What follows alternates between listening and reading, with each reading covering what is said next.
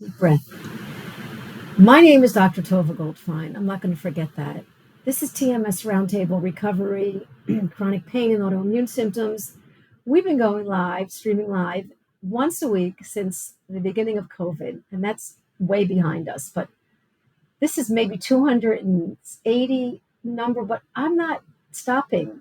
Get used to this face. I'm going to be here each week, meeting people like Dr. Brad Fanestil, blessing my studio and helping me to spread this message. And we're not like on the mountain spreading like, praise the Lord. We're kind of doing that, but we are here to talk about the science and the art of healing. And I'm always very blessed to meet with a medical doctor who sort of like comes from one world, understands another world, brings both worlds together, and does it with a sense of humor. So all that to say is, and I know that Dr. Brad Fanestil loves to talk about this stuff. So I'm going to be quiet and I'm going to practice my listening skills and I'm going to listen. But I do want to say one thing.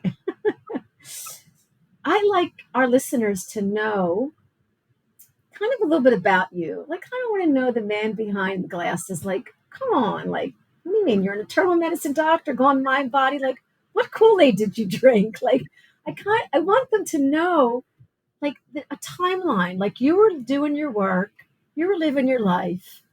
And look, might have been a wake-up call, maybe something happened. But I'd love for you to sort of talk about that, the long story, and let people know a little bit about you. And then we can chat about the classes you teach. Um, we can talk about your TED Talk, which is all over the internet now. And I think people are going to be happy to meet you either in the studio or on when it's recorded up on YouTube, or maybe they're going to meet you in a class. So thank you so much for giving me an hour of your day. Thank you so very much. Oh, I'm super thrilled to be here. Thank you for giving me an hour to yak because I love talking about this. And first, I'll just say that TED Talk, this is typical for moving the agenda forward, or when we've got a paradigm shift. Is that the TED organization saw that and they said, well, I don't know, this could be a little dangerous, telling people who have real problems that they could fix it by changing what they're doing, as opposed to going to a doctor. So we're going to publish this unlisted. So anyway, you can't search my name for it. You can't search my name, TED Talk. The algorithm will never bring it up. So you have to have the link, which you can get on my website, or I think Tovah's probably published that too. So anyway, just this is the pressure we're all facing as we move this paradigm or move ourselves and the whole outlook on chronic pain to a different mode of treatment. So how did I get into this? I love this. This is fantastic. You're like, hey, tell us about yourself. Who doesn't like to talk about themselves? So I was a very traditional internal medicine doctor for 30 years with a primary care practice that I owned myself. I brought on a couple partners, and then I got out of that around 2010 and became a hospital doctor. I was the director of inpatient care at our local hospital. So very mainstream internal medicine, a lot of stuff in the ICU. And for really the whole, I don't know, second half of my 30-year internal medicine career, I recognized I was a little bit already getting skeptical, not cynical. Western medicine does a ton of great stuff, but I would just see, where's our focus? And I would see, journal articles that would tell about the new drug, and the headline or the title of it was like, oh, 30% reduction. Then you go into the actual article and you read it and you find out that 30% reduction of this new fantastic drug meant that instead of 6 people getting the disease, 4 people got the disease out of 100. Instead of 6 out of 100, 4 out of 100. Now that's a 30% reduction for this pill, but that's a 30% relative risk reduction, but it's only a 2% absolute risk reduction. You have to treat 100 people with this pill for however long, and 2 of them benefit. 4 of them, whether you treat or not, are going to get the problem, and 6 of them without the pill would have gotten the problem. So it looks like, and they did a big study, enough people that the statistics are real. But the benefit, and this is touted as this great thing, and I'm like, I mean, not terrible. You can have a discussion with people. Do they want to do this or not? But this all came down like, it just seemed like all my colleagues would latch on to this and go, okay, we got to get everybody on this particular thing. And I'm like, well, you could have a discussion with them. So anyway, I thought that a lot of our focus already, I kind of thought, I'm doing things a little bit differently. I mean, I'm talking to my patients, but this is a joint decision here. Do you want to do this or not? It's not like, here's what I think. Western medicine is really, really good at diagnosing and even treating some horrific life-threatening with ventilators in ICUs and dialysis machines and so and stents in coronary arteries. This is very powerful medicine. It's fantastic stuff. I'm a fan of it, but it's so powerful. We take that biomedical paradigm and we try to apply it to everything that walks in the door. And it was very obvious to me that this doesn't work for about a third of what walks into a primary care office. And so, and that'd been obvious to me for a while. I just didn't have the tools of what to do with it. I'd try to talk to people about stress or something, but I didn't have the language and the understanding to really help them as much as I thought maybe I could, until a patient walked into my office one day and said, I read this book and my back pain's better. And, this was a John Sarno book. And I'm like, well, your back pain can't get better from reading a book. I've been holding your hand for 15 years with this problem. What do you mean? He's like, I'm just telling you. So of course, then I had, this was 2017, 18. And so it was a book called The Divided Mind. And I said, I read Sarno's book called The Mind-Body Prescription, but way back 15 years ago. And I realized he was onto something, but I was busy then. I owned my own practice, crazy stuff going on. I had 3 little kids. I mean, I know where that book is. The book I read was the Mind-Body Prescription. I know right where it is in my basement.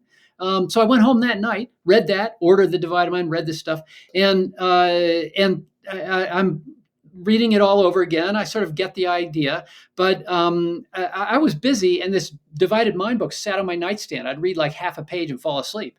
I knew I'd get to it at some point. And then several weeks later, I had to go to New York to visit my son, who was in college at that time. And I thought,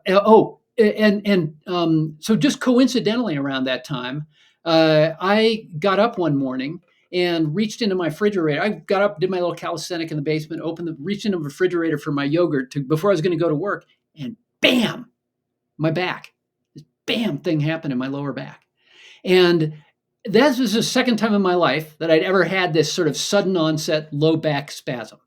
And the first time it had happened had been 10 years earlier, and that took 9 months to go away. I saw all sorts of people. I knew nothing about mind-body stuff at that time. And anyway, eventually that went away I got pillows under my seat for driving in the car. I did all sorts of things. But eventually, through a sequence of events, I hadn't had this problem for years. And then this morning, this one morning, shortly after this patient had walked in and shortly after I'd gotten this book on my nightstand, I reached in and bam. And my first thought was, holy crap, you're going to be on the floor in 1 second, because that's what had happened last time when this has happened. And here comes 9 more months of back pain. That's what went through my head. But in the same second, what went through my head was, wait a minute. You're reading that Mind Body book. Wait a minute. Stop. I took a few deep breaths. I didn't even know what the book said yet. But I just knew that there was this relationship, and I stopped and did some breaths, and I stood at the kitchen counter without moving a muscle for probably 4 minutes, because I knew if I moved a muscle, something would go. And then I went, okay, I'm not on the floor. Let me see if I can gently move. Gently, very slowly, started moving. Okay, wait a minute. It still really hurt, but I wasn't on the floor. I thought, okay, I'm not going to ride my bike to work. It's a short ride, but I'm going to get in the car. I'm going to take things easy. And anyway, so I went through that. I got that chair, the cushion under my chair in the car again, because that did make it feel better. And I was mucking around with this for 2 or 3 weeks. Didn't get to that bam on the floor point, but I couldn't go. I tried to get up and go running. I couldn't. Did you stop and think that maybe something was going on? I didn't have that understanding there's something going on until 4 weeks later. I got on that plane to go to New York, and I thought this is going to be terrible. Sitting in a chair, that's going to be horrible. I took a little towel to put behind me, but it gave me 4 hours to read the book. And I'm reading the book about Tarn, and he gets to this point where he's talking about Freud and your subconscious rage. And that's at that point, I almost put the book down. I'm like, oh, come on. Freud and the rage, what the frick? But he starts the chapter on Freud with a little quote from Jared Diamond, who is, just one of my favorite scientist philosopher guys. He wrote the book Guns, Germs, and Steel, and I hold him in very high esteem. He's a MacArthur, genius fellow, whatever. And in that quote, the way I remember it, at the beginning of the Freud chapter and the subconscious chapter, the quote was from Jared Diamond, was something along the lines of, there have been two indispensable scientists over the last 100 years. The first is Charles Darwin. Without him, I don't know how long it would have taken us to figure out, evolution. And the second is Sigmund Freud, who he and his crew sort of discovered the idea of a subconscious, that it's a real thing. And for all the other crazy crap he did, this idea that there's stuff under the hood, he sort of started that. So I thought, well, okay, if Jared Diamond thinks, all right, I'll read the chapter. And I'm reading this thing about rage. I'm like, well, rage? I don't know. I don't get angry. I mean, I guess, my business partner has been having, this is my medical partner who's having, that's some crazy crap going on. I guess I'm ticked off at him, kind of pissed off at my wife about this, but I've been pissed off about that for a long time. I'm not going to say it. I got to screw up our marriage. I don't know. That was the extent of the insight that I did. I was like, well, maybe, I don't know. And I finished, I get off the plane after 4 hours. My back doesn't hurt. I'm like, what? How can it get better, not worse during a plane ride? What the? Anyway, it never came back. It just went away. So that led me down the road. I took some classes and ended up coming back for my very first weekend-long class with Howard Schubner and Alan Gordon. They were co-leading a class in 2018 in Santa Cruz in California. That I found that on the internet, and I said, I'm going to that. And this was before we had COVID and not so much Zoom stuff. I flew out there, came back from that weekend, and I'm just like, holy crap, this explains 5 people a day. I finally have an explanation for all these people who I don't know what to do with. And then I had some miracle cures in the first week in the office that just cemented my understanding, that are fun to talk about, but I've been talking for a long time now. So No. So this is the timeline. And then at some point, you're an internal medicine doctor. You know about all the different systems, 12 systems of the body. You know all about them. You know about the organs. People are, so I'm curious a little bit about, how you looked at people's symptoms and how long, and like you began to understand maybe they're autoimmune and why the body's attacking itself. Like, what? I'm curious about how you began to change, because at some point you decided to stop working in that medical center. So what for you and your patients, lucky them, what was the turning point?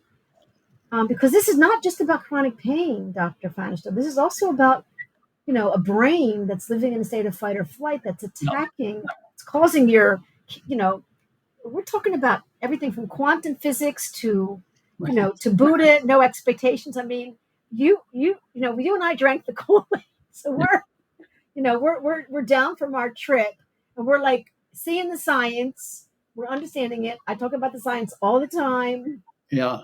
But this is something very special when a medical doctor says, I'm putting on a new hat. So can we talk a little bit more about how that happens? And mention someone in your office, mention a case, please, an autoimmune case. I think it's because, and I've got, of course, a lot of cases I could talk about, but I think it's that partly I had been doing this for 30 years. And internal medicine was not that exciting to me. I was like a lot of my patients who came in their 50s. I'd see a lot of guys in their 50s come in for their physical, and we'd end up sort of talking about what's going on. They're like, I'm really good at what I do. I get paid reasonably well for it. It's okay, but it's not yanking my chain like it did 20, 30 years ago when I was really excited. So, I got retirement coming up in 5 years or something like that. It wasn't terrible, their job, but again, they just went. And so I would say a little bit, I'd lost my passion. I can blame this on all sorts of things. I'm so old that when I started in internal medicine, ultrasound was a very nascent, a very beginning tool. We didn't have that for anything other than some very rudimentary diagnostic testing. Now we use it for all sorts of interventions to guide needles and stuff. We didn't have that. So, we were putting in lines, central lines under finding that subclavian vein, and we're tapping fluid off the lung. This is by, you look at the x-ray, we kind of listen to the lungs, we tap, there's the fluid level. Let me put a needle in here. And so there was a lot of lumbar punctures. I mean, I don't think I've seen a lumbar puncture done blindly for several years. I'm sure it is out in in the middle of nowhere. But if you're in a large medical center, you send them to radiology, and the interventional radiologist find you don't need that. I suppose it's a little bit safer. But anyway, a lot of the excitement about medicine, and also our scans have gotten so much. I'm so old. We used to, did you get the autopsy? We got to figure this case out. Well, now most cases are figured out. We don't always cure everybody, but we have such a degree with MRI and CT scan and things and other testing. We almost always know what caused the death. That wasn't true 30 years ago. We're like, I don't know, man. We did the best we could, and we couldn't figure it out. And you'd find stuff on autopsy that you didn't find when the person was alive. So anyway, it had lost some of its charm. There seemed to be more of a cookbook kind of thing. Do this test, do this test.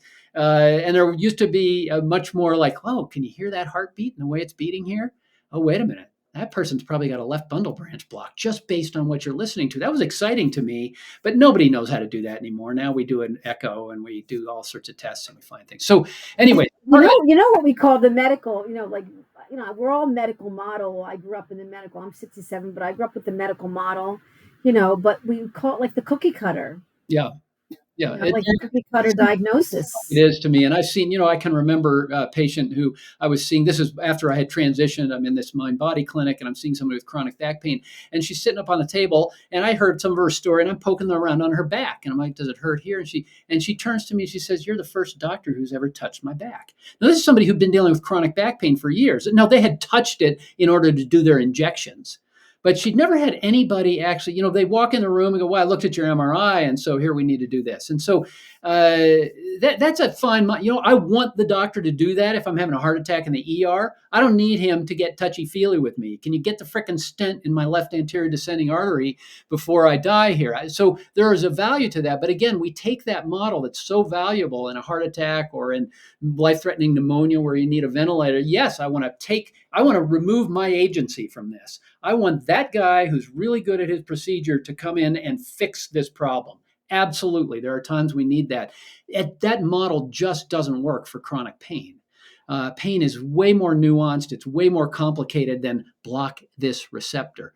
So I was a little bit, primed for something different, although the something different was going to be some version of retirement. And then this is the most exciting thing I've seen in 30 years of practicing medicine, where people are coming in, they've seen everyone. So within the first day or two that I got back from that very first weekend retreat, and I sort of got the concept of somatic tracking, I had a retired 70-some-year-old speech therapist come in with her husband, and she said, I've had this pain, and she was my last patient of the day. I'd never met her before, actually. And somehow I'd had some cancellation. She was my partner's patient, but I had anyway. So she comes in and she goes, yeah, I've got this pain. It goes from here to my right upper chest, this sort of thing like this. And I've had it for a year and a half. It started with a bad bronchitis a year and a half ago. That took like 12 weeks to go away, 3 rounds of antibiotics. Who knows if that helped? But eventually the bronchitis went away, the yellow crap, the fever, that cleared up. But that was terrible. That was a horrible thing. I was really worried about it. But what's never left me is this sort of pain here. And she'd seen the pulmonologist, she'd seen the ENT doctor, she'd seen the GI doctor just to make sure you looked in the esophagus too, and make sure she'd had the CAT scan. Then she went to National Jewish, which is here in Denver, and one of the world famous respiratory hospitals. And so she had further testing there. They didn't repeat the bronchoscopy, but they repeated a CAT scan. We should look at it. Anyway, nobody knows what's wrong with her. And she said this morning, I was reading this article on Google about how maybe it could be strep throat. Nobody's tested for that. And I'm listening to this going, are you freaking kidding me? A year and a half of a pain, no fever, nothing else, this funny pain here. That's not going to be strep. So I'm listening to this, and I just come back from this, and I said, well, you know what I think? Oh, I was leafing through a chart, and I said, look, 5 years earlier, you were in the emergency department. What was that about? And she said, oh, yeah. 5 years ago, I had to go to the ER where I accidentally aspirated a large vitamin capsule into my right mainstem bronchus. I was drinking this thing, went down the wrong way, and I was stuck there. That was super painful. I went to the emergency room, and they saw it on CAT scan. They said, oh, you got this big thing stuck there. Well, we'll call the pulmonologist. We'll see. And he comes by. He's going to fish it out with bronchoscopy. This is delicate. I don't know. It's easier to fish stuff out of the stomach than a lung, but what else? We'll give it a try. She said, fortunately, before he did that, I was able to hack it up. I didn't actually have to have that procedure. That was 5 years ago. And I had this low-grade ache there for 2 or 3 days later. That went away. That was 5 years ago, though. That doesn't have anything to do with this. And I'm like, are you kidding? Don't you see what happened? your brain 5 years ago had this pretty kind of life-threatening thing. I'm part of your lungs blocked off here, very dangerous threat. And it created a neural circuit for pain right here. And then you had this bad bronchitis that took 12 weeks to go away. 12 weeks for bronchitis. That's also like in itself not normal. Right. It was a crazy infection that wouldn't go away, or symptoms that wouldn't go away. And that stressed it out again, said, shit, we're having a problem with the lungs. Let me turn on all the neural circuits I know. It just turned on this neural circuit again. In fact, as I'm talking to her, I'm thinking, did somebody set me up for this? This is just a setup. This is like putting something for Here's me. the big question. Was she open to what you're saying, or she thought you Well, were? this is brand new. She comes and sees this guy, and she and her husband, at the beginning of my little discussion, I said, I just got back. This makes sense to me, though. So I don't know, something about the delivery, because there were some skeptical looks at first with her and her husband, like, wait, I didn't come.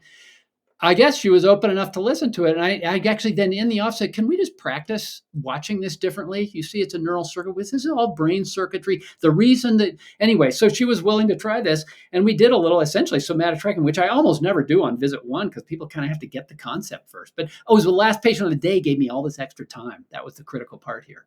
And I wanted to stay to see what happened here. And although in general, we don't do somatic tracking to get rid of something, I just said, let me just show you how you can look at this. And so anyway, we're looking, and as she's watching, she's like, yeah, it's like a sickle-shaped thing here. And I don't remember exactly the descriptors. But then while I said, oh, it sounds like you've got a really good beat on it, the shape, and there's a little more focal point here, and we're watching it closely, and we're getting curious about it, not fearful. And I've just described it's a neural circuit.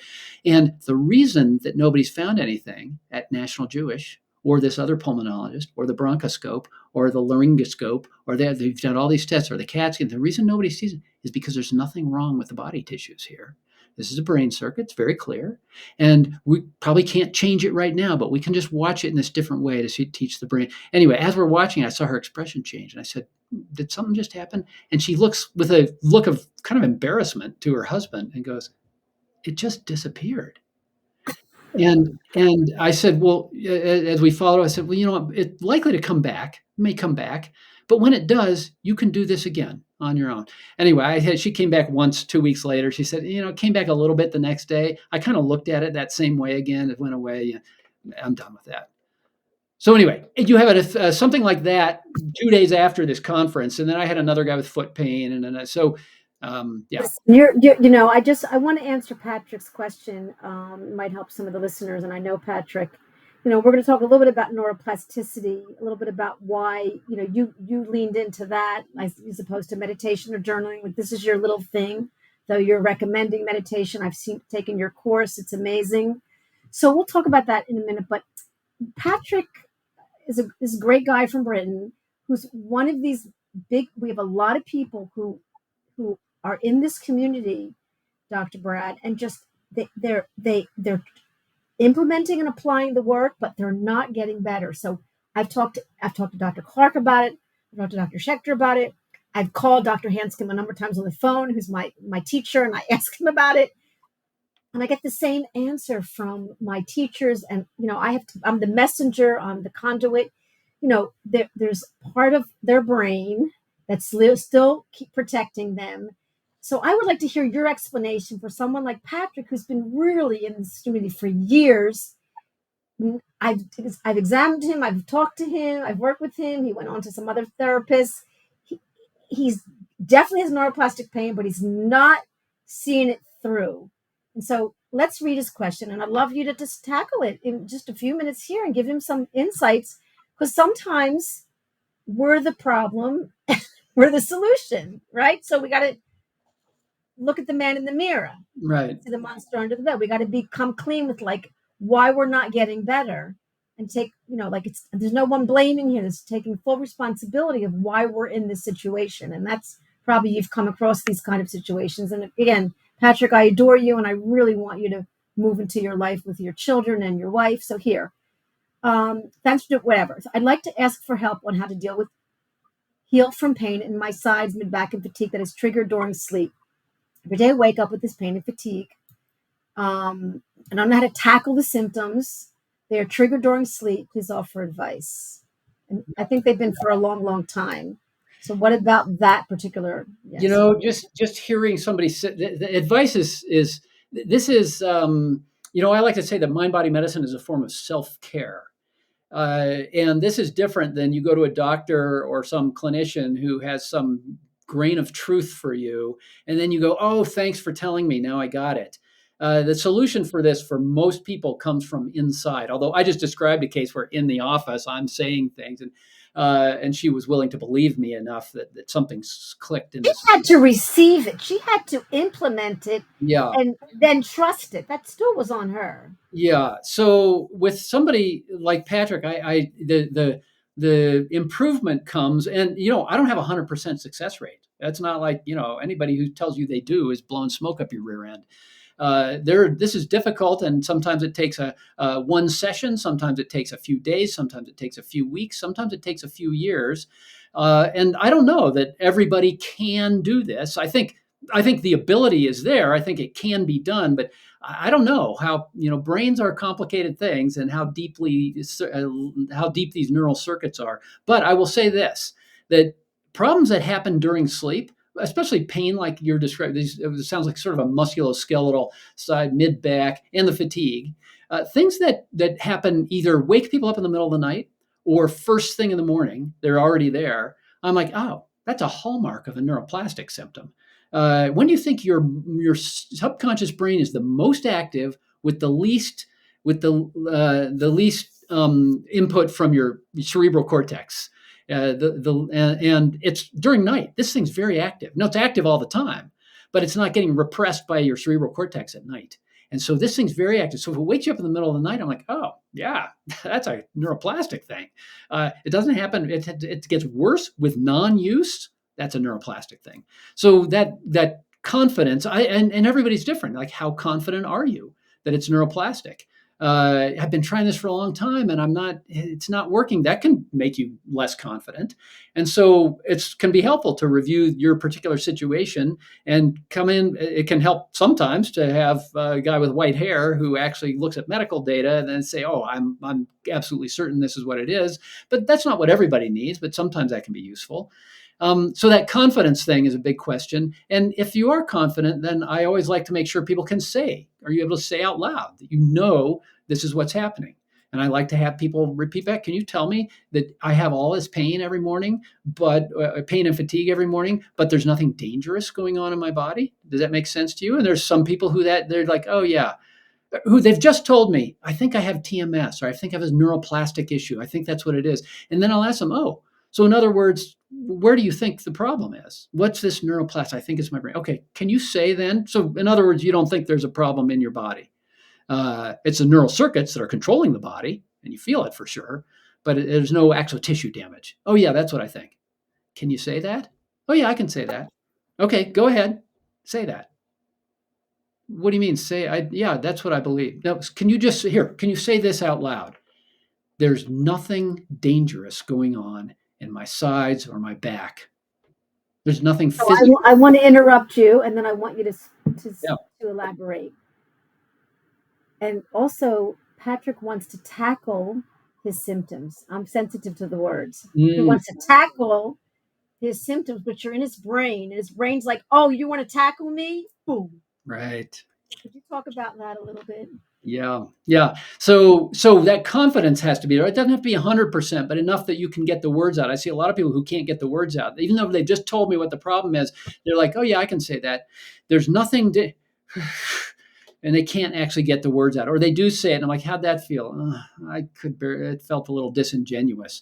All right, well, let's work on that. What do you think is wrong? So that discussion sometimes needs to happen. I love the fact that you identify the word tackle. So we want to what we want to bring to man, you can't treat this during sleep. You're asleep.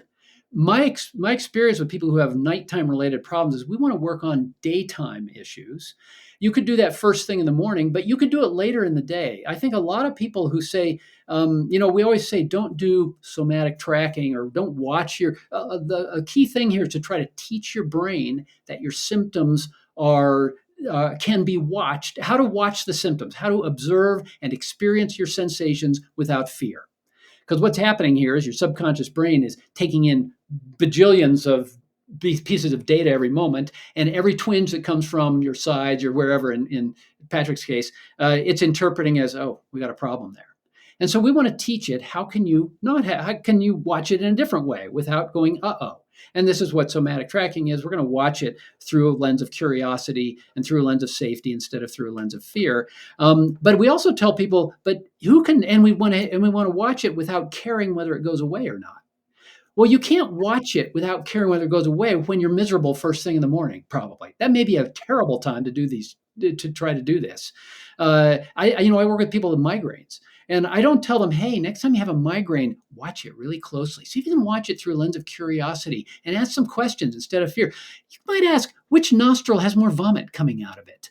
Nobody can do that. When you have a migraine, it's time to take the pill. So we want to start teaching the brain that the body is a safe space at a different time of day, maybe later in the day when things have calmed down a little bit, if that's the case here, and turn towards the body when there's nothing terrible going on. And just start giving the brain the experience of having any body sensation without fear. So I love people to do body check-ins throughout the day. Just check in with your body, not because you're having pain, just to check in with that autonomic nervous system. And this is just a quick body. And I often recommend people at the beginning set an alarm on their phone. Goes off every 60 or 90 minutes. And when it goes off, mine goes off two buttons. One says repeat, one says stop. I hit repeat, knowing it'll go off again in 90 minutes. And I go, yeah, I got 20 seconds. Let me do a quick body check in. I'm not doing this because I'm in pain or anything. I just check in. There's always something. I find some tension. And so you might go, where do I have tension in my body right this second? Can I find any? Or it could be a level 2, a level 1. Oh, there's that jaw tension. I've noticed that before. Yeah. Or there's that neck tension. I carry stress there. You don't have to call it stress. You just notice. There's almost in all of us, there's almost always some little bit of something. We don't have to fix it. It's not that bad. It wasn't even bothering it. I didn't even know it was there till I turned towards it. But I'm going to watch a body sensation of tension through a different lens. And it's very easy to watch a level 2 sensation. And I just watch it. And, oh, there's that body sensation. Yeah, there's that little tightness in the chest. Let me ask one question. Is that sensation more intense on the left or the right? Sort of 50-50. Let me look. No, 60-40, a little more on the left. Done with the exercise. That's an exercise that can be repeated throughout the day, every 60 or 90 minutes when the phone alarm goes off. And at the end of the day, you've just had several times during the day, your brain has just received a message that body tension doesn't have to be responded to with ignoring or distracting yourself or trying to change it. We didn't do a changing exercise. We just watched it and went, oh, I see what you're doing there, brain. Putting some tension there. Thanks for trying to protect me and holding some tension. Don't need it, but appreciate that. And I'm going to get on with my day now. Your brain will be different at the end of the day. When you do just that simple exercise, your subconscious brain processes that. And it's like, what the hell was that? I mean, we've looked at tension in the body before, not really quite like that. But usually when we look at it, we go, oh, crap, I better do my deep breathing exercises. Or, oh, crap, maybe I should take my pill or go run around the block. Or maybe I should, you know what, I'm going to distract myself with go do something else that I do, or go get my drink, or go eat my food, or go watch my YouTube video. So this time we just watched it and kind of asked a couple questions. And then we went on with our day like nothing happened. Your brain processes that. The part of the brain we're trying to teach here is an experiential learner.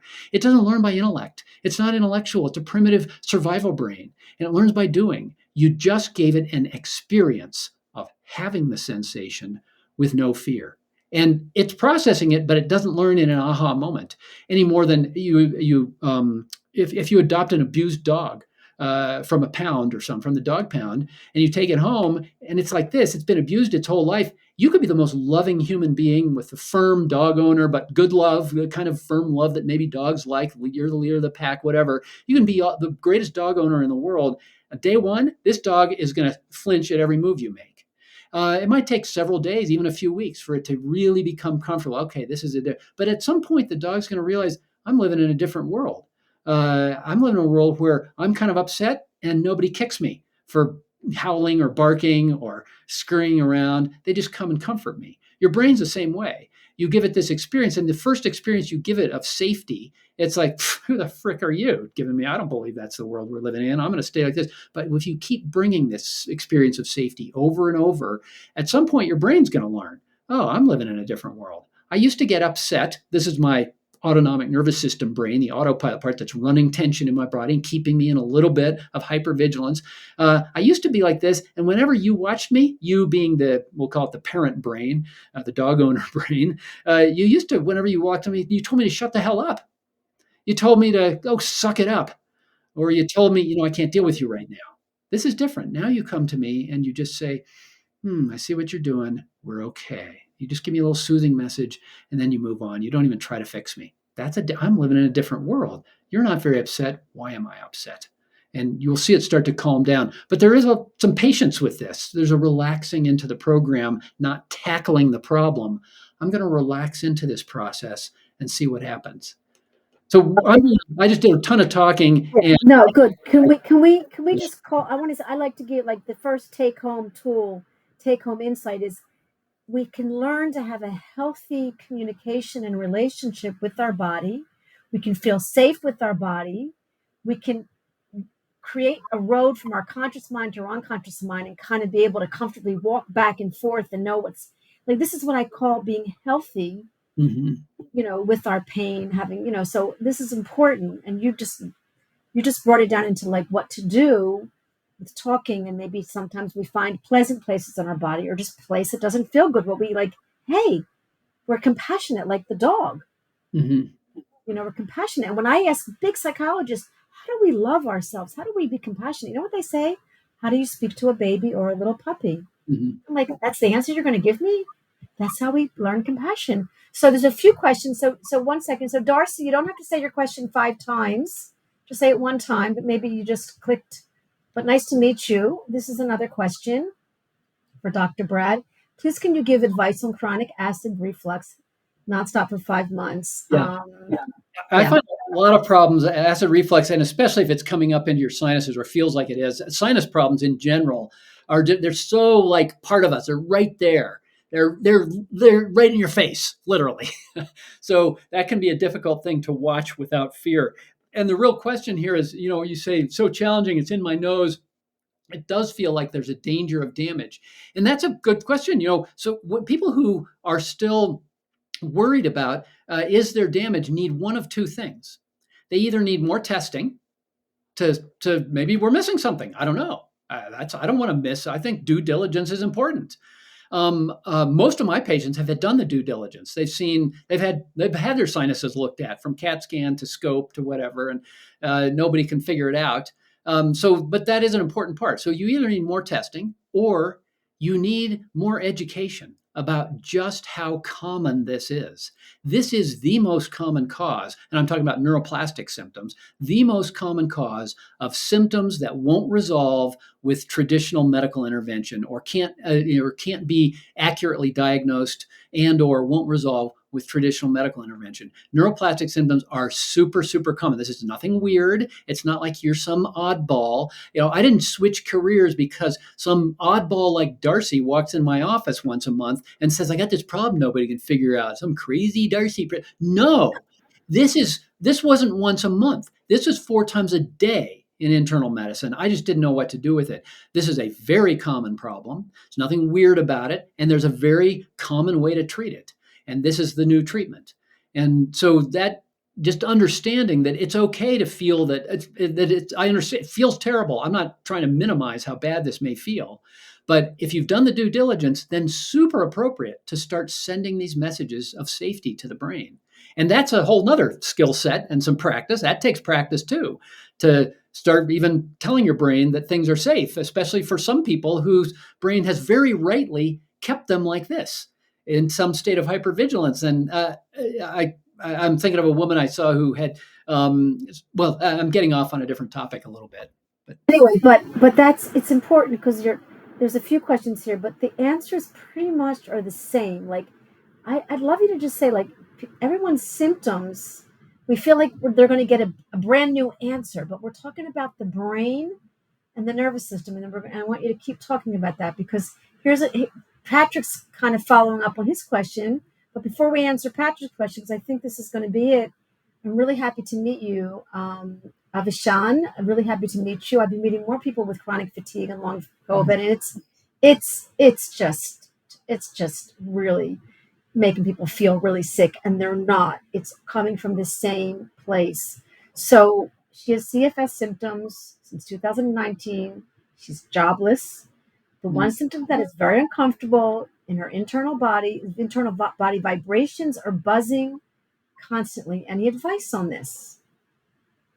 You're right, Tova, that the answer is the same for all of these. But this is a common. I've absolutely seen people with buzzing, total body buzzing. I'm thinking of a woman who came to see me. She's 65-year-old mathematician and worked for some space agency here in Boulder. I don't know what mathematician, but anyway, so a highly functional person. And she came with peripheral neuropathy, so her feet were burning, burning pain in her feet. It was interfering with sleep. She was on high dose gabapentin, which helped her sleep, but gave her a hangover the next day. She wanted to get off it, but at least it got her to sleep. So she was dealing with that. She'd had every study done. And she actually did have some nerve damage in her feet. It was mild, but it was there. You could measure it on nerve conduction studies. I could measure it in my office with a tuning fork. I just put a buzzing tuning fork on her toe. She couldn't feel the buzz.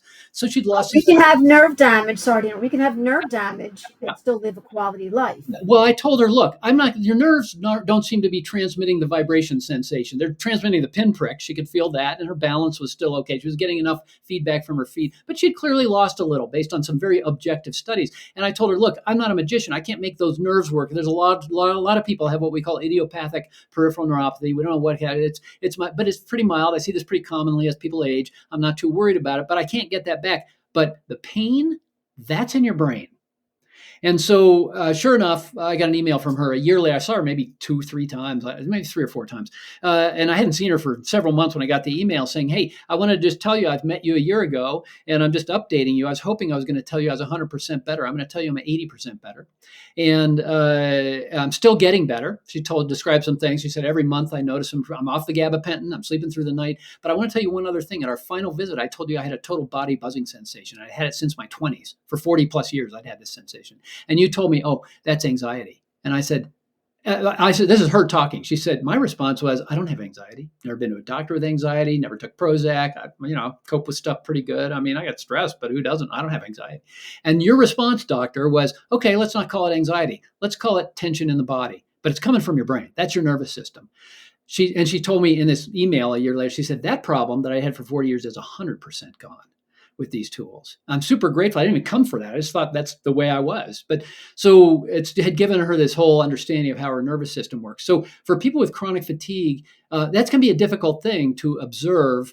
I have a lot of specific sort of things to say about chronic fatigue, but I do think the reason that I started advertising when long COVID started happening to the pulmonologists and the infectious disease docs and the cardiologists and the primary care docs in my community, I'm like, oh, long COVID, send them over here, is because I had seen people with chronic fatigue get better. And I'm like, this is just chronic fatigue. 2/3 of my patients with chronic fatigue had a story of a virus that got better after several weeks, but the fatigue or the flu-like part of it never did. Even if the acute bronchitis or the GI upset, whatever it had, that part did go away. And I'm like, this is just the same thing. So I don't know how much that answer. It's very hard to answer, give people a big picture and just. No, but the advice is, for her to utilize some of these neuroplastic, like somatic tracking or parent processing therapy, to have a relationship with the buzzing, to not rebel, not react, to understand it. There's a message, like the ladies that wrote the behavior processing workbook, which is on your desk, said to me when I did this course and when I met them on my broadcast, like, there's message in these symptoms. And I know it sounds a little woo-woo, but there's a message in the buzzing and the vibrations. And partly, if we're focusing on it, we're going to find it. If we just sort of, like you said in the beginning, observe it, it will get less and less. Like, like one doctor who you probably met, Paul Hansma talks about dialing down. So you have this sensation. Okay, I'm going to practice dialing it down. It feels like a 10, but I'm going to go ahead and make it a 5. I'm going to absolutely detach from it. I'm going to use my visualization. I'm going to use my meditative power, and I'm just going to let go of it. It's not going to feel. Or Alan Gordon will talk about, I feel pain, but it's not hurting me. Yeah. I feel my knee. So I think it's our sensitivity. Let's talk a little bit about this, our sensitivity to our bodies. I don't like to call it a health anxiety. I call it a health sensitivity. How do we channel our health sensitivity to work for us? Because people Avishon, it's it's hurting her that she's this strong, sensitive woman. It's kind of like our characteristics are not working for us. Yeah. Can we talk about the So sensitivity and the focus that sometimes we put on our pain, and it can hurt us? yes, and that's a natural response when something uncomfortable is happening. We want to fix it, but we have to realize that there is something running you that isn't you. There's a large part of your brain devoted to running your body that you have no direct control over, and you will never have direct control over it. I don't have direct control over mine. There's a large part of your brain that runs your body through a network of neurons called the autonomic nervous system, and it controls everything about you: your heart, your lungs, your bowel, your bladder, your sweat glands, your immune system, your hormones. None of that stuff just happens. There is a conductor, it's in your brain. You just don't have direct access. And when I say I don't have direct access to mine, I don't want direct access to mine because I don't know how to run my stomach and my pancreas. And so, this complicated thing, though, for all the stuff it's doing, it only has one purpose, which is keep the organism safe, keep the organism alive. And so once you realize that there's something running you and its sole purpose is to just keep you safe, then you can watch it a little differently from this third party vantage point. You can step back and say, oh, I see what you're doing. I can't control it. I can't control mine. No, nobody. You can't. It's running. Again, I don't want to. It's making millions of decisions, way more decisions than I could make with my cognitive brain per second to keep all my organs running. But you can step back and watch it, and you can realize, oh, I see why you've gotten a little bit hyper vigilant, a little bit keeping me on edge. In fact, thank you for doing that.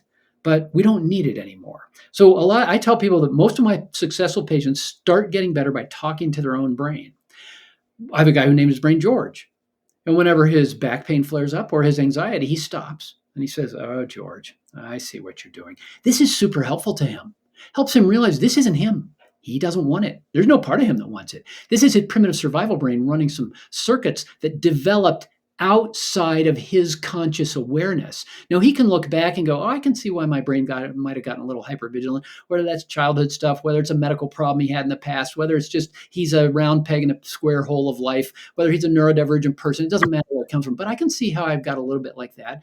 And that allows him to watch it and go, oh, it allows you to look at this without any blame, because it's very important to understand these are brain circuits. There's nothing ill about them. This is a normal brain doing what brains do, which is they do something over and over, like protect you, and then they lay down a neural circuit for that. Just like if you hit a tennis ball over and over, it lays down that neural circuit. And when you step back and watch and you say, oh, you're running that circuit again, these are neural circuits that developed outside of your conscious awareness. And what that means is not your fault. And that's a for a lot of people that a lot of people need to understand when we're talking about this coming from the brain. This is not your fault. And this isn't an illness either. You have a nice, healthy brain that developed, good for it. It developed a neural circuit. I like to call it a habit loop. We're really good at developing habit loops. It's our superpower that we can develop these things and then do things automatically without having to think about them every time. And this is just your brain's gotten really good at protecting you. And if it's been doing this for months, years, decades, it's got a really good neural circuit there. So we can't overpower it. We don't have direct control over it. We can teach it. And over time, it learns by experience. It's an experiential learner. It learns by experience and repetition, which is how my autonomic nervous system got the way mine is and how yours got the way yours is, a lifetime of experience. If you want to change it, we start giving it new experiences. One of those experiences you can do is what we've been talking about as somatic tracking, is watch the sensation differently. And your brain processes that and goes, wait, we can't do it when it's level 8, 9, 10, but really, we can watch that little low-grade tension in the jaw and not try to fix it? I didn't know we could do. Just all we did was ask the left-right question. Then we moved. I didn't know we could look at body sensations that way. And you're like, yeah, we can. I'm going to come back and give you that lesson again throughout the day. Your brain will learn. It learns gradually, just like that scared dog. Takes a while. It needs this repeated over and over. But if you relax into the process and we give up on the idea that we're going to fix it right now, if I want to, we're just strengthening some neural circuits. If I want a stronger biceps, I get some dumbbells and I do curls. I maybe do 3 sets of 10 today or however you think. And maybe I do that 2 or 3 times a week, whatever I'm doing. But after the first set of 10, I don't go, well, that didn't work. Jeez, I'm going to give up on this. No, you relax into the program. You do this. Now, 6, 8 weeks later, if your biceps aren't looking the way you want, you might want to check in with somebody. Am I doing this right? Am I lifting the right weight? This is the same kind of thing with these kind of exercises. You do them, but you don't go, well, that didn't work. They don't work like that. They work by giving your brain this experience. You relax into it, see what happens. And I can't tell you how many people I've seen who are, yeah, I've been doing somatic tracking. And then when I do it with them, or I'm sure you too, this kind of thing, when somebody who knows with some experienced clinician does this with them in the office, they're like, oh, well, that's different than how I've been doing it. So it can really help to practice this with somebody. I teach this in a class, and I'm confident that for the vast majority of people who just take it in a class, in a group setting, they learn how to do it. You can teach this. Some people need a little more individual care, but Right. Ultimately, like I always like to say, but we're always doing the best we can. Like, no judgment here. God will be the judge. Nobody's judging here. You're doing the best you can. I got some neural circuits that I'm still working on. I teach this stuff, and I see myself and back up and go, oh, I did that again. Okay. Right. I try not. Speaking of, here's Susie's remark: isn't striving for perfection at the heart of it all? Yeah. That is, yeah, it's a major barrier to success. And that's certainly my perfectionism is something that I think about now. I didn't used to even recognize it. I thought I'm a chill person. I'm not that, but boy, yeah, we all put pressure. Which one of us, who doesn't want control? Who doesn't want things to go correctly? Who doesn't want things to go as planned? So I always say, well, what's the ultimate form of control? Letting go. Mm-hmm. Letting go is an interesting message to the brain. That's called the matrix. So Right. Mona is sharing a very interesting piece of advice about what she's learning. New to this work, but I'm learning that by observing, we start to diminish the danger alarm. Brilliant. We become more neutral. We send more messages of safety, start to weaken those neural pathways. Excellent. But then she further asks, any general advice for moments when pain is very severe? Because you said we may not be able to somatic track or PRT at a number 10, but we're not saying don't take medication, don't take Advil, don't smoke a joint.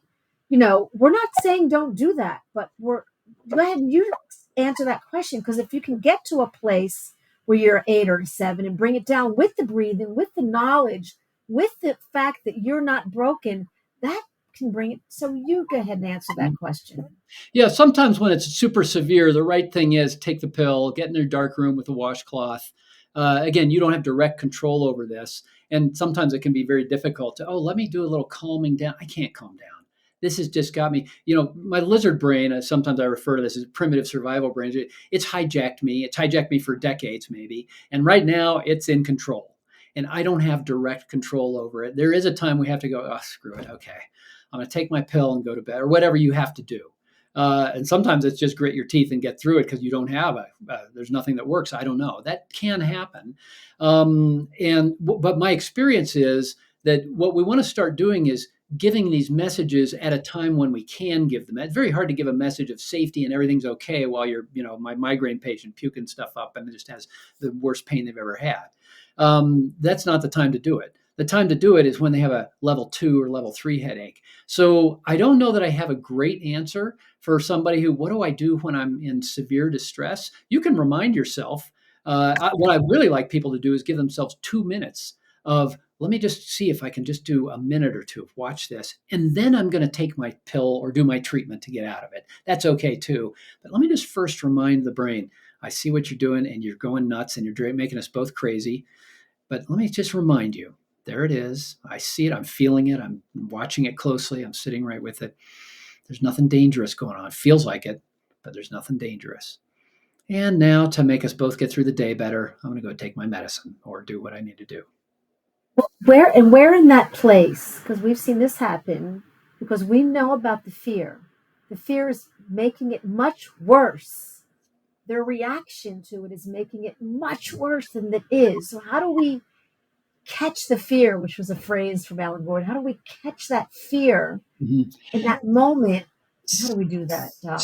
Step one of everything that we're all talking about here, step one, and the most important step, is stepping back from your sensations, realizing that everything you feel Everything you feel is because your brain wants you to feel it.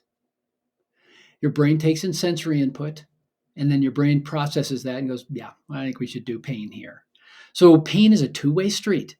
There's a word called nociception. That's a one-way street. That's the sensory input of potentially noxious or dangerous input from the body to the brain. That's called nociception. That's different than pain. That's the input comes in, your brain processes it. So, if I went fly fishing a couple of summers ago and I slipped and fell in the water, and I actually was wading in this fairly fast moving thing, and I'm not a good fly fisherman, but whatever. And I actually sort of slipped and went under. I had just been thinking about, I've just read that article about that person who died in 3 feet of water when the river was going, they hit their head on a rock. I had actually just thought that. And then boom, I slipped and I went under. And immediately I'm going, oh, I was so scrambled. I get up to safety. I'm fine. I was with my son who's around a corner. He looks at me, man, what happened? I'm like, I know I fell in. Anyway, we continued on with the day basically. And 2 or 3 hours later, I'm in the shower, kind of this gigantic bruise here. And my first thought was, I was moving furniture yesterday. Did I hit? Oh, I fell in the river a few hours ago. I hadn't even felt it because my brain had gotten sensory input from this area when I fell and hit a rock here. But my brain also went, I don't need to warn you about that, dude. We got to get our head above water. I'm going to warn you about how we're about to die from drowning. And so my brain got the input. That was a decision that my brain made to not warn me about this. I didn't even notice it. And once I noticed it, I'm like, oh, it does hurt when I do this. So it's important to understand that doesn't just happen during an adrenaline rush. That's how brains work. They take in sensory input, then they decide what you need to know. Sometimes brains make mistakes. Sometimes brains get into habits or patterns of behavior. So this is if you're feeling something, the question then becomes, is this pain serving me? If my brain is processing it and making sure to keep the pain signals on, is that helping me? Pain is a protective mechanism. Do I need that? Now, if you haven't done enough due diligence, maybe you do need to go get an x-ray. Make sure you don't have bone cancer or broken bones. Those are useful things. But once you've done the due diligence, super appropriate to then say, okay, I've done that. Let me see if I can work on the nervous system part of this and my own reaction to the pain and see what happens when I change that over time. So what about the fear of our reaction, which makes a 10 stay a 10 when it potentially could be a 7? Yes, it's the fear and the worry. And so again, the part of the brain we're trying to control here cares about one thing: is the body safe? So when we talk about reducing the fear or giving messages of safety, these are legitimate messages. This is not BSing the brain. We're telling it the truth that we've done enough testing to know there's nothing dangerous going on. And this is all about the fear. The sensation comes in and the brain goes, oh crap, not that again. What does a brain do that's saying, oh crap, not that again? It just sends more protective alarms of pain, muscle tension, anxiety, inflammation. It says, I better protect that area, and it overprotects it again. So we want to start looking at it without an uh-oh brain, which can be hard to do, especially when it's level 10. So we usually don't start when we're at level 10. We start practicing when it's a lower grade thing, but it's all about teaching the brain that the body is a safe place. But that's what we learned from the Alan Gordon work, that the first thing we do is look at the evidence. I'm okay. I had MRIs, had checked, my blood pressure checked. I'm okay. But I'm having excruciating pain, but I'm okay. Right. So it's that relationship and that trigger that to go, right, take a minute, like take that minute, remember, like Viktor Frankl, take that minute between a thought and an action. And that action in that minute is freedom. Like, stop. The evidence is I'm okay. So in that moment, so much can happen. And that's what you're talking about. Yes. And this is a big, I see Susie's comment here, be aware, not let's research. The questions I should ask, just be aware instead of research. And yes, we're trying to get out of analytic brain and into feeling brain. The part of the brain we're working with isn't our analytic brain. An analytic brain may be very powerful. And a barrier to success can be the fact that you have such a strong analytic brain. I call it getting out of engineering brain. Because my engineering patients, a lot of them are very intelligent. They can solve problems, and that's what they do for work. And they think, oh, I'll fix this problem. No, you won't. Not using that tool. And that can be difficult to give up on something that's helped you through so many things. But you have orders of magnitude more neural synapses in your subconscious brain than you do in your conscious brain. You will not overpower this. So you can try, but we do want to get out of fixing brain into allowing brain, out of analytic brain into feeling brain. And when we do that, we're now working with the part of the brain we need to work with. And you're flogging it to death when you're trying to, you don't try to figure it out. And don't try to psychoanalyze it either. You can't psychoanalyze a lizard. We're not going to try to psychoanalyze it. We're going to give it messages of safety, that everything's okay. But you have to first believe that it's safe. And so that's have you done the due diligence? Have you, and if you still have questions about whether there's really something dangerous going on, you need one of two things: more testing or more education to understand this is not a bizarre theory. This is, once you've done enough testing, this is the cause of the vast majority of chronic pain. Can we talk a little bit more about feeling, because it sounds so woo-woo to people, and it's like, and then there are people that are in touch with the feeling but not connect. Like, what's your experience with, how to, first of all, acknowledge that there's the feeling, which these, I learned it very elementary, like the core feelings that, seem to access like, if I'm feeling sad, the amygdala is sensing that and sending a message to the fight and flight mechanism to protect me, because I'm stuffing my sadness, or I'm not really connected to my sadness. Like, how would you explain that? Because that's kind of what's going on. Well, Would you explain that? yeah, when we're talking about feelings and emotions, all emotions are in the body. This is not woo-woo. All emotions are in the body, all of them. So I work with a lot of people with anxiety. I love using these tools for anxiety. And I ask every anxiety patient, what does anxiety feel like to you in your body? And most people can tell me. My heart pounds, my chest gets tight, my temples get tight, my neck tension. I get a squirrely stomach. These are classic symptoms of anxiety. And again, anxiety is a protective alarm from the brain to the body. When I'm in a dark Bad place thing. and I hear footsteps, I want anxiety. It's a good thing. It's called the fight or flight response, and it's protective to have tense muscles. I'll react more quickly. It's protective to have the pounding heart. I need to fight or flight. I need the blood pumping. It's protective to have a squirrely stomach even. That's my autonomic nervous system shunting blood away from my stomach and towards my large muscle groups for fight or flight. So all this is necessary stuff. It's very protective. And so I forgot where I was going with that. Thank you. So with so we don't tell you in a minute, because I get so in the moment here. Oh, so we're talking about Oh, so I the was talking about feelings and emotions in the body. So I ask all yes. my patients, what do you feel in your body? And again, most of them can tell me. But I have an occasional person who says, I came in here for anxiety. I didn't come in for any of this stuff. It's right here. I got a lot of stuff going on up here. And I'm like, okay, let me rephrase the question. The negative thought spiral, the worry cycle, the OCD thinking, the thoughts, that's what brought you in here. How do those make you feel? I have never had anybody tell me, I feel fine. I want to get rid of the thoughts. I've never heard that. They're in the doctor's office because they feel like crap, and you can't fix what you're not looking at. So even for anxiety, I start with, let's turn to the body. What are the bodily sense? This is coming from a primitive part of your brain, and you feel bad. You can't fix what you, let's look at this. So when people say, when you say, oh, feelings, that can sound a kind of woo-woo. Feelings are always in the body. And sort of maybe the leading researcher in this is Lisa Feldman Barrett, who's at Northeastern, and her big, sort of famous book. And it's a kind of a difficult read. I'm not recommending to all my patients they read this, called How Emotions Are Made.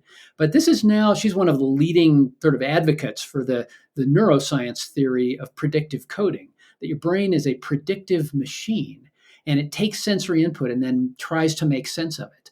And so one example of hers that I love, she said, when I was a young graduate student, some guy asked me out for lunch, and I'm like, he's okay. Okay, whatever, I'll go to lunch with him. And then at the end of the lunch date, he's like, you want to go to dinner Friday night? And she said, I noticed that partway through towards the end of this little having lunch, I was getting a little flushed in the face and a little sort of queasy in the stomach. And I thought, well, the guy's kind of funny. I kind of do like the guy. Okay, yeah. So when he said, you want to go out on Friday night, I'm like, okay, yeah, that sounds good. I promptly went home and puked for the next 6 hours with food poisoning. As I were to the toilet. So my brain in a potentially romantic setting had interpreted this mild, very beginning of a stomach upset as, That's a little bit kind of like, yeah, okay, I like the guy. Well, within half an hour, it became obvious, no, that's not what this was. So all the emotions are in your body, and your body reacts way before your intellect does. And in this case, her brain made an incorrect assumption, just briefly, about why her body was doing something. So the idea that feelings can affect pain, are you kidding me? It's all on the body. Uh, and yeah, so and feelings of fear Okay. and anxiety. Okay. Just like let's lean into a little bit of Dr. Sarno's, his method was like, and if we're repressing it, will the brain perceive that as some kind of threat? Like, what's going on there from in your language? Yeah, I think sometimes. I think sometimes that there are as emotions, and we all have, of course, emotions that we're not thinking about or worried about right now. But subconscious thoughts and emotions come up as those bubble to the surface. Sometimes the brain kind of goes, "Oof, I don't want that emotion to come to the surface. That would suck. I'd rather do back pain." And so you literally have back pain. There's an exercise I love people to do from the very beginning before they know anything else. I often give people just at visit number one, I say part of the homework, maybe I give them is try this. Doesn't help everyone, but try the under the hood exercise. And that's just next time you're going through your day, you're talking on the phone, you're typing out an email, you're walking your dog, whatever. And for the previous 10 minutes, no pain. Maybe it was there, but it wasn't front and center. And then all of a sudden, it becomes front and center. All of a sudden, oh, that thing, right at that moment. Instead of saying, "Oh, I shouldn't have bent over and emptied the dishwasher like I did," or I shouldn't have sat in the car for a half an hour, I shouldn't have gone for that long a walk this morning. I should have, instead of any of that, right when it first comes up, turn around and look inside. What was I just thinking or feeling? Many people notice that right when the pain came to their attention, I was just telling myself what an idiot I am for doing such and such, or I was just worrying about my daughter, or something like that. No, we don't have to psychoanalyze this. We just have to notice. It can help a lot of people notice, whoa, there does seem to be a relationship between what was going on. I didn't hardly even noticed I was doing that. We're all talking to ourselves all day long. This was an act of, of using the pain to help us step back for a moment and go, where was my brain in that second?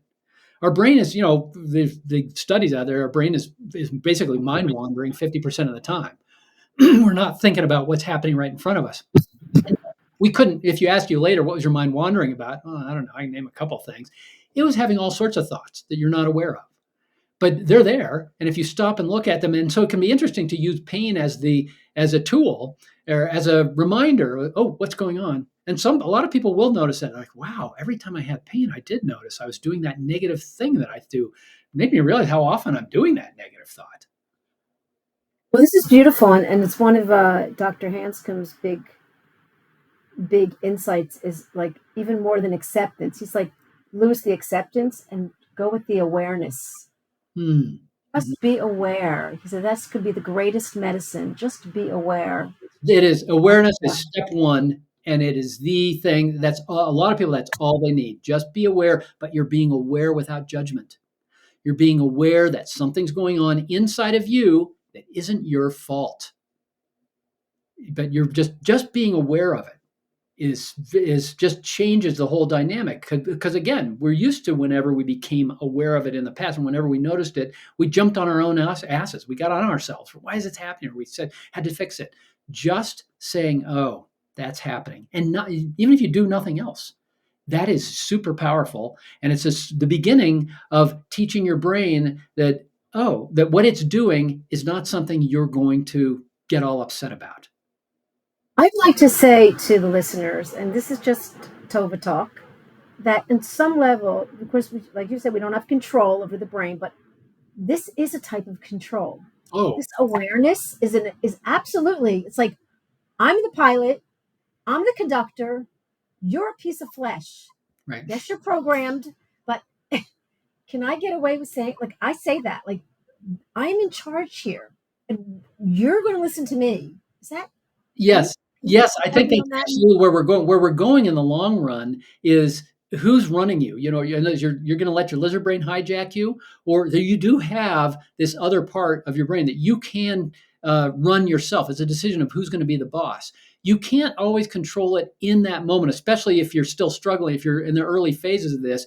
As I say, you got to let go of trying to control it in the moment. But we are working towards this goal of you being the agent of your own nervous system.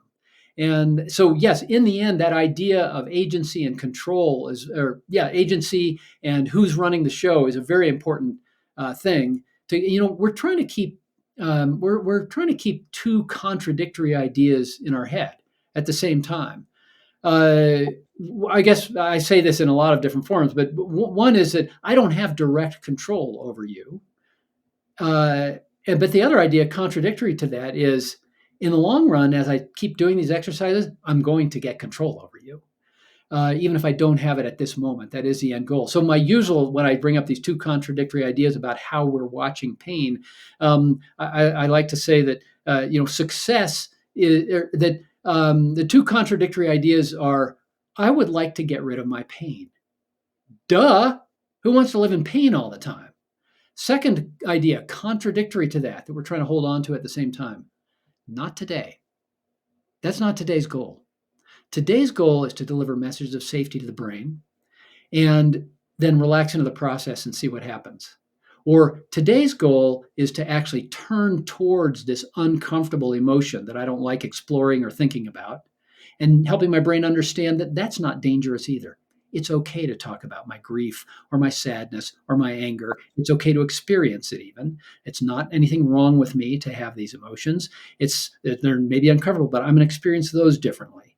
So this is all about helping our brain understand that most of the discomfort that we are experiencing isn't dangerous, whether that's emotional discomfort, whether it's physical discomfort.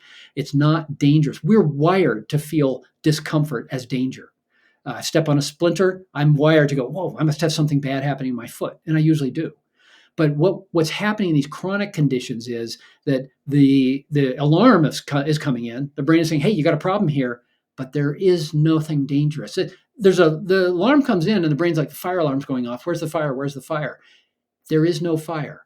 There's an alarm, very real and very bothersome, but there is no fire in the body. And that's a teaching that you have to do, and it can take a little time, but the brain will get the message if you can relax into the program. Really important. And I know it's not easy. I mean, you're such a compassionate guy. I mean, like, we're compassionate people in this work. We're not here to judge, our clients. We're here to just really believe in them. We're their cheerleaders. And like, yes, this is not easy work, but it is, it is the answer. It is the solution. And I just want to say to some of the listeners, neuroplasticity is changing the brain. And really that's what we're doing. So in answer to Patrick's question, like he answered, well, like, how do I, like, we have to change the brain in order for the pain to go away. Not today. Like sometimes we ask God for something, God's like, not now. You're going to have to be patient. So part of it is, have we been an impatient self our whole life? And that's how we got to this pain thing. So let's look at the man in the mirror. But I want to hear you speak, because I like to hear you speak.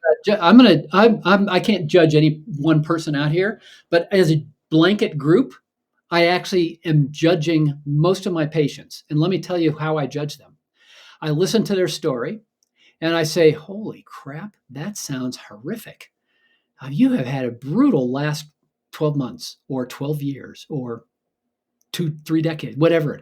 That is just incredible. You've been through this and that, and you've had that and the next thing and this medical problem or that relationship problem or that whatever. These absolute chaos that has sometimes happened in some people's lives. Maybe part of it is just having long COVID for 4 years. Really, just that and wow, this is incredible. And you know what? You get your ass out of bed every day. And it sounds like you had to quit your job, maybe, although a lot of people didn't have to, but whatever. Maybe you had to do that. But it sounds like you get out of bed every day and you still walk your dog, or you still take care of your daughter, or you still have some relationships, and you're still here in my office trying to get better. You're an incredibly strong person.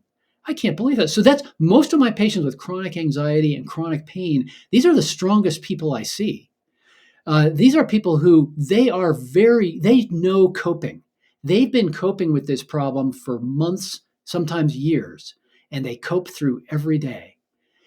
This is, and a lot of them most of them, I would say, could come teach coping to some of my other patients. This is not about coping. This is about rewiring this lower part of your brain so you don't have to cope with it anymore. And that is a different set of tools than coping. That's a different set of tools than learning how to suck it up. I don't need to teach most of you how to suck it up. You know, you keep your skills. We all need coping skills to get through a day or week, but that's not going to solve this problem. Get through the day this way, but let's use a different set of skills of letting go, of allowing, of giving the brain this different experience that these uncomfortable things going on in my emotions, in my body, of course, everything's in the body, whether it's a pain signal or an emotion, that these uncomfortable sensations aren't dangerous. And that involves me not trying to fix it for a moment. That involves me, and it could just be for a few moments, it can be a 20-second exercise of just sitting with an uncomfortable emotion or writing about an uncomfortable emotion for a minute or two and saying, I feel like punching that guy in the face. That can be uncomfortable for a lot of us who don't do anger. It is kind of what I felt at the time. I wouldn't do it. I'm a loving person. I might write that down, rip it up, throw it away. That might be helpful. So there are different ways to access these uncomfortable physical sensations or emotions. Writing is one, and somatic tracking one. There are others. But that's all what this is about is helping the brain understand that things are okay, not things aren't okay and I'm going to fix you. Got to get out of that mindset, which is a hard mindset to get. I call that engineering brain because I was working with a guy, an engineer, on his anxiety. And so we're watching his anxiety sensation. Oh, yeah, it's like a cylinder right here. I've never looked at it like this, but you're right. There's a tight cylinder in my chest, and it's about 2 1/4 inch diameter. This guy's an engineer. He's at a 2 1/4 inch diameter, and yeah, it goes down to the upper abdomen. But you're right, it does have a lower point, and the lower point isn't the belly button; it's above that. The upper point is sort of lower, not quite what I'd call throat, lower. This is interesting. I've never really looked at it this closely before. Yeah, I see what you mean. I'm watching it with curiosity. That's an interesting way to do it. Okay, now what? And I'm like, there's no now what? That's the whole exercise. But this guy's an engineer. He's like, okay, no, I got it. So now what do I do now that I'm seeing it this way? No, that is the exercise. He's like, yeah, but it's still there. I'm like, I know it's still there. That's okay. We just gave the brain the experience of having the sensation without the fear. Let's come back and do that again. And so getting out of I love it. can be Dr. Fanestil, we went over the time, but are you keeping anyone waiting? Do you have a few more minutes? Yeah, I have. Yeah, I have a few more minutes. Yes. Mm-hmm. Great idea. Why don't we have a series? Why don't you come back once a month and hang out with me here? This is great. There's a lot of people in the Facebook feed, and there's a lot of great. I mean, you just bring it down to the people. Like really, like I'm going to vote you for president. You just bring it down to the people. You just really. No, I won't. But it's nice to hear it. I always say like, please talk like we're in kindergarten because as intelligent as I am, I like kindergarten. I like to kind of, bring it to the people and speak in the way that we can apply and implement it, because that's what it's going. Like we all know that have this knowledge. All of you out there are brilliant, and you're amazing copers, and you're smart and sensitive people. But we don't all have the skills of how to apply it and implement it when we most need it, when we're most triggered, when we're at a 10. And so part of us has to keep practicing and practicing and practicing. So I really would like to talk to your boss and your wife and see if we can manage to maybe meet once every 6 weeks, and kind of, because we got to repeat this. We got to talk about it again the same exact way. I want you to wear that shirt. We're going to talk about it like Groundhog Day, because this is the key. Yeah. You covered it here. And you explained it beautifully. You did an amazing job. And I think I did a great job of listening. I did do the vast majority of talking, didn't I? But I love to hear myself talk. So anyway, we will meet again. I will be uploading this to YouTube, and you can listen to it again too. If you have questions, I'm going to give you Brad's information. He does work with people on Zoom. You can have a session with him. It's well worth your hard-earned money. He teaches courses from his particular work on neuroplasticity. He's also teaching for the Pain Reprocessing Therapy Institute, where we learn this type of somatic tracking. We teach you. I'm advanced certified in this. I can teach you. You can take the courses. So We're about making you the doctor and the therapist, because ultimately it's your body, it's your life. You're going to have to, you know, learn this. So we're here to really be like conduits for you. So all that to say is, any questions you have on the YouTube, or you can reach out to Dr. Fanestil. I'll have his information. You're on Facebook feed. How do you want to be contacted? Email, Facebook? You know, yeah, I I'm have to say something.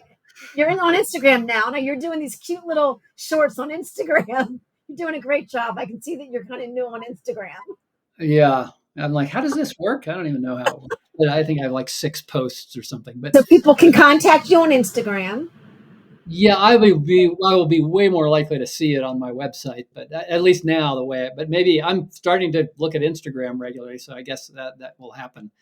But yeah, I, on my website, there's a little contact button, and then I get an email, and I see those. And I want to just say, my evangelistic. I've been teaching this online class for 5 years, neural reprocessing.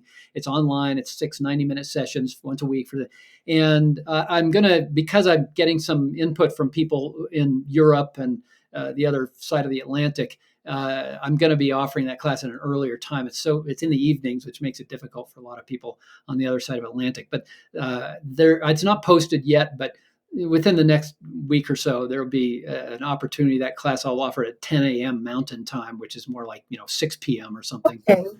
And your course is for like, I know the PRT course is for people who have had for prior experience, but your course is for clients, for Oh patients, yeah, for people who yeah. don't This is know. for patients. You don't have Like, to this see is me in the important. office to do this. In fact, most of the people in the class, if we have 20 people, 3 or 4 of them have seen me once in the office, and then I said you should follow up with the class. The other 15 people, they've never met them. We just start from, look, here's how you rewire a brain. And I'm evangelistic about it. I've been doing it 5 years. And when I first started it, I'm like, I don't know, can we do this? And now I'm like, the group setting for many people is a better way to get introduced to this. I say we're leveraging the healing power of community and connection. We're not sharing, it's not group therapy, but we're learning together. We're practicing an exercise together. We're reviewing how'd that go with everybody. You hear this person had this experience, and that person had a completely different experience from the exact same exercise. And then we talk about, oh, see how brains work? What this is happening? It's Q&A time. So I just know it's a super powerful way to really get started and launched. For many people, that's all they ever need. They don't even need to do. They just need the class, and then they've got enough tools after that. But it's a great way for whether you're skeptical or whether you're already bought in and been working on this and feel kind of stuck. I love the class. I love talking to people one on one. The one on one is just it's amazing how often people are, I've been working with Curable for 6 months and I love it. I've made some progress. And I'm sure you have the same thing, Tova. People come in and just talking to them and asking a few questions about, okay, I think this is where you're stuck, or this is something we could work on. That just always happens in a one-on-one. Yeah, and you're also you're just, you got a big heart, and your sense of humor is really funny. It's chemical. Sense of humor, laughter, it's chemical. It's really important. Your stories are good. But most important is, you're just a great human being, and I'm just so happy that you blessed my studio a second time. I'm going to make you come back again. Bless your big heart. Have an incredible day. You're in Colorado. Have an amazing day. And just thank you so much. Thank you so very much. So until we meet again, All right. Thank you, thank Tova. you to my listeners, and we'll see you next week. All the best, Dr. Brad. 1 second, Fantastic. it's going to Thanks, go Tova. off. Yeah, 1 second. Don't go away. Don't go away.